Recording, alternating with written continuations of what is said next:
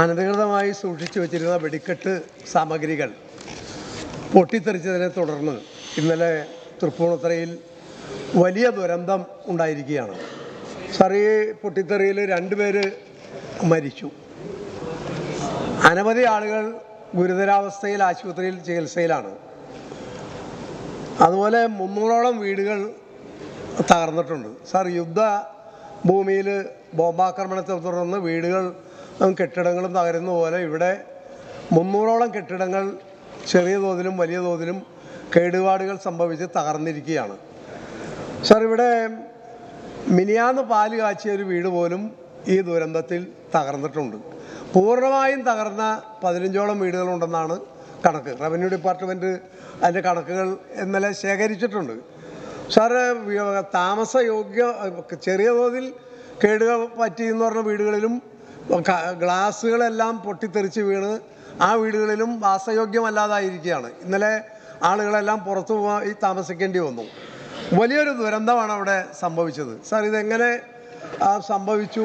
ഇതിന് നിശബ്ദമായി കണ്ണടച്ചു കൊടുത്ത ഉദ്യോഗസ്ഥ അനധികൃതരുണ്ടോ എന്നുള്ളത് പരിശോധിക്കണം. അതോടൊപ്പം തന്നെ ഈ ആസ്പത്രികളിൽ ചികിത്സയിൽ കഴിയുന്നവരുടെ ചികിത്സാ ചെലവ് പൂർണ്ണമായും ഗവൺമെൻറ് വഹിക്കണം. മറ്റൊരു കാര്യം, സാധാരണഗതി ഇല്ലാത്ത വിധത്തിലുള്ളൊരു വെള്ളപ്പൊക്കക്കെടുതി ഉണ്ടാകുമ്പോൾ പോലും ഉണ്ടാകാത്തതിനേക്കാൾ വലിയ ദുരന്തം അവിടെ ഒരു പ്രദേശത്തുണ്ടായിരിക്കുകയാണ്. 2-3 കിലോമീറ്റർ അകലെയുള്ള വീടുകൾക്ക് പോലും കേടുപാടുകൾ സംഭവിച്ചിട്ടുണ്ട്. സാർ, ഇത് നികത്താനാവാത്ത നഷ്ടമാണ് ഓരോ ചെറിയ കുടുംബങ്ങൾക്കും ഉണ്ടായിട്ടുള്ളത്. അതുകൊണ്ട് ഈ ഗവൺമെൻറ് ഈ കാര്യത്തിൽ ഉദാരമായ ഒരു നിലപാട് സ്വീകരിച്ച് ഈ വീടുകൾ പുനർനിർമ്മിക്കുന്നതിനും കേടുപാടുകൾ തീർക്കുന്നതിനും സഹായം നൽകണം എന്ന് വിനയപൂർവ്വം അഭ്യർത്ഥിക്കുന്നു. ബഹുമാനപ്പെട്ട റവന്യൂ മന്ത്രിക്ക് വേണ്ടി ബഹുമാനപ്പെട്ട കൃഷി മന്ത്രി. സാർ, ബഹുമാന്യനായ ശ്രീ കെ ബാബു MLA അതീവ ഗൗരവതരമായ ഒരു പ്രശ്നമാണ് സബ്മിഷനിലൂടെ ഈ സഭയുടെ മുമ്പാകെ ഉന്നയിച്ചിരിക്കുന്നത്. തൃപ്പൂണിത്തുറ ചൂരക്കാട് പടക്ക സ്റ്റോറേജിൽ 2024 ഫെബ്രുവരി 12-നുണ്ടായ സ്ഫോടനം സംബന്ധിച്ച് ബഹുമാനപ്പെട്ട അംഗം ഉന്നയിച്ച വിഷയം വളരെ ഗൗരവത്തോടെയാണ് സർക്കാർ വീക്ഷിക്കുന്നത്. തൃപ്പൂണിത്തുറ പുതിയകാവ് ദേവീക്ഷേത്രത്തിലെ ഉത്സവത്തോടനുബന്ധിച്ച് കരിമരുന്ന് കത്തിക്കുന്നതിന് വാഹനമാർഗം കൊണ്ടുവന്ന കരിമരുന്ന് കണയന്നൂർ താലൂക്ക് നടമ തെക്കുംഭാഗം വില്ലേജിൽ ചൂരക്കാട് ബസ് സ്റ്റോപ്പിന് പടിഞ്ഞാറ് മാറി YMA റോഡിൽ സഹകരണ സംഘത്തിന് സമീപത്തുള്ള വസ്തുവിൽ വെച്ച് രാവിലെ 10:30 വൻ സ്ഫോടനത്തോടെ കത്തുകയുണ്ടായി.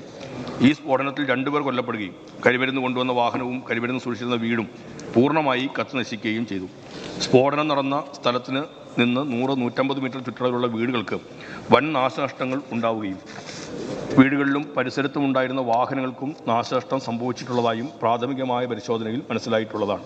ബഹുമാനപ്പെട്ട അംഗം സൂചിപ്പിച്ചതുപോലെ ഗൃഹപ്രവേശനം കഴിഞ്ഞ തൊട്ടടുത്ത ദിവസം തന്നെ വീട് നശിച്ചതിനെക്കുറിച്ചുമുള്ള വിവരങ്ങൾ വരെ ഇപ്പോൾ നമുക്ക് ലഭ്യമായിട്ടുണ്ട്. പുതിയകാവ് ദേവീക്ഷേത്ര ഭാരവാഹികൾക്ക് സ്ഫോടക വസ്തുക്കൾ സൂക്ഷിക്കുന്നതിനോ വെടിക്കെട്ട് നടത്തുന്നതിനോ ലൈസൻസോ അനുമതിയോ ഉള്ളതായി പ്രാഥമിക അന്വേഷണത്തിൽ കണ്ടെത്താനായിട്ടില്ല. ഈ സംഭവത്തിൽ തിരുവനന്തപുരം ഉള്ളൂർ നിവാസിയായ 27 വയസ്സ് പ്രായമുള്ള ശ്രീ വിഷ്ണുവും 55 വയസ്സ് പ്രായമുള്ള ശ്രീ ദിവാകരനും അദ്ദേഹത്തിൻ്റെ സ്ഥലവും മറ്റു വിവരങ്ങളും ലഭ്യമായി വരുന്നതേ ഉള്ളൂ. മരണപ്പെട്ടിട്ടുള്ളതും 21 പേർക്ക് പരിക്കുകൾ പറ്റുകയും വിവിധ ആശുപത്രികളിൽ ചികിത്സയിലുമാണ്.